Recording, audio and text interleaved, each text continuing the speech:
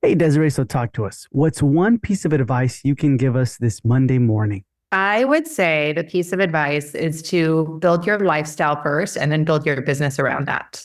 With that being said, what if we want to grow in our community that we are at, or we decide to listen to the demographics and think, hey, this is the best ratio to patient, let's move here. And then later on, we realize we don't really like where we're at. Yeah. So obviously you have to like look at what's around you and what you're doing. But when I said that, I think because I am a mom, I have two little kids. And before I had kids, I was working always kind of at the expense of myself. I was open all the time, like 12, 13 hours a day. If somebody needed me in the middle of the night, I was available. And I thought that that is what I needed to create a successful business. And then once I had my first daughter, I was like, okay, this just isn't sustainable. And so I started to analyze what can I do to make my patients still feel like they're being really well taken care of, but also make sure that I'm taking care of my family. That's when I started to think, how do I want my day to actually be? And yeah, you can't just be open for like 3 hours a day and then expect to have a super successful business, but you can decide what times you want to be working, what days you want to be working, and then build your success off that. It just requires you to be much more efficient with the time that you are working. So Hmm. to like understand business, you have to know your numbers. You have to learn how to have a positive mindset consistently, take yourself out of the negative spirals quickly, and then just get yourself to a place where you could be really efficient in a smaller amount of time. Gotcha. So then how did you realize this wasn't sustainable? Yeah, I mean, I was just working so much. I was always working. And I thought it was like a good thing. I would pride myself. I'm like, oh, I'm like a workaholic.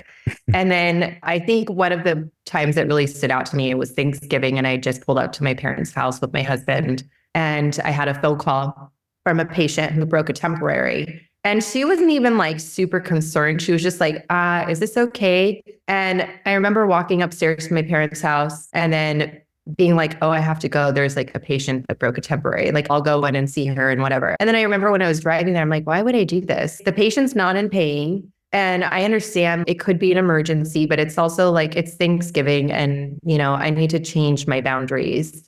And I think that moment was one that I was like, okay, like, I don't know if I want to do this forever. And then once I had my first daughter, that just like really solidified it. Cause, when you have a newborn, they really need you, especially as the mom. And so I was like, okay, we're just going to change things up. So then, what efficient systems did you have to implement in order to actually change boundaries? Yeah. So it always starts with mindset. I always go back to this. Anything that you want as far as streamlining your practice growth, changing your boundaries always starts with your mindset first. So you have to first get really comfortable in your mind with your new hours and whatever it is that you're wanting to change.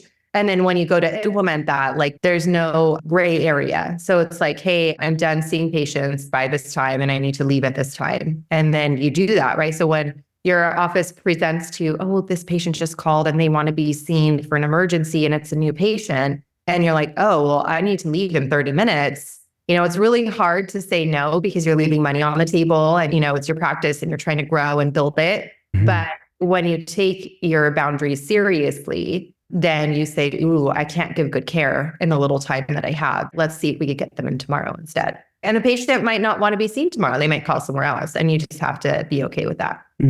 Gotcha. Okay. So then, how did patients or your team react when this started happening? Oh, personally, for me, my team was very unhappy with it, because they were just used to me saying yes to everything. I was a big people pleaser. I was like, yeah, sure. Yeah, I'll stay late. Yeah, it's 7 p.m. and I've been here since 5 a.m. Yeah, sure. Let's just do it. Or somebody would Yeah. call at 10. They were like on board with that. They were like, oh, we are available all the time. But like now what I'd say is what's best for the doctor is best for the practice. Best for the business owner is also best for the practice. So like when I was working that way, I didn't want to be there. So it's a difference. Whereas when I had my daughter, I didn't want to be there as much. I wanted to be there and enjoy the work that I did, but I didn't want to do it at the expense of my newborn.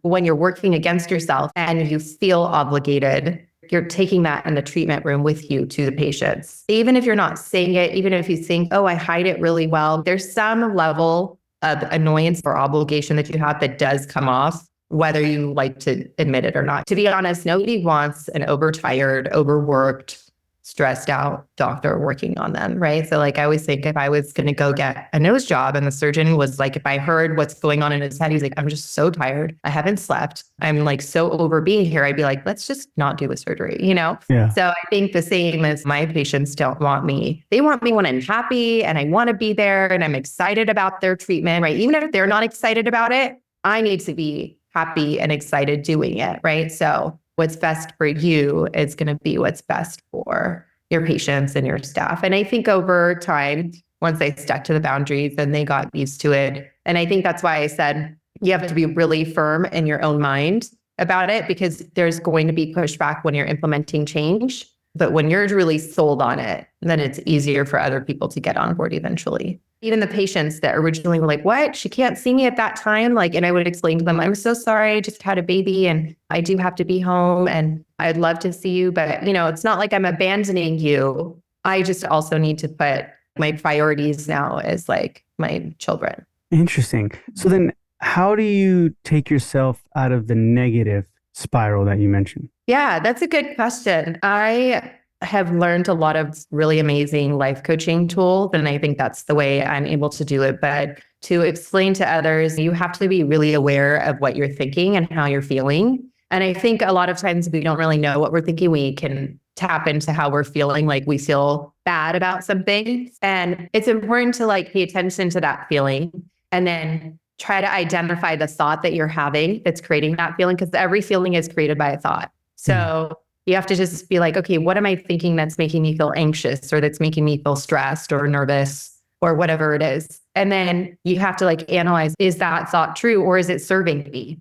So sometimes we think things that may or may not be true, but like it's actually not serving you. Like somebody might look at their statements or their reports at the end of the month and be like, oh, I made no money this month. And then they might be stressed. And that might be true. They might have not had enough take home to pay their bills. But is that serving you? No, it's just making you feel worse. And so you have to really be conscious of how you're thinking and what you're thinking. And I think honestly, that's the hardest part, because we just go about our day thinking and feeling how we think and feel. And then to just realize that you have to be conscious about it and really train your brain to think differently. And that's hard to do on your own, but it's well worth it. So Yeah. No, that's interesting, especially when like a negative situation kind of arises, right? yeah. Interesting. Awesome, Desiree. Thank you so much for being with us. It's been a pleasure. But before we say goodbye, can you tell our listeners where they can reach out to you directly?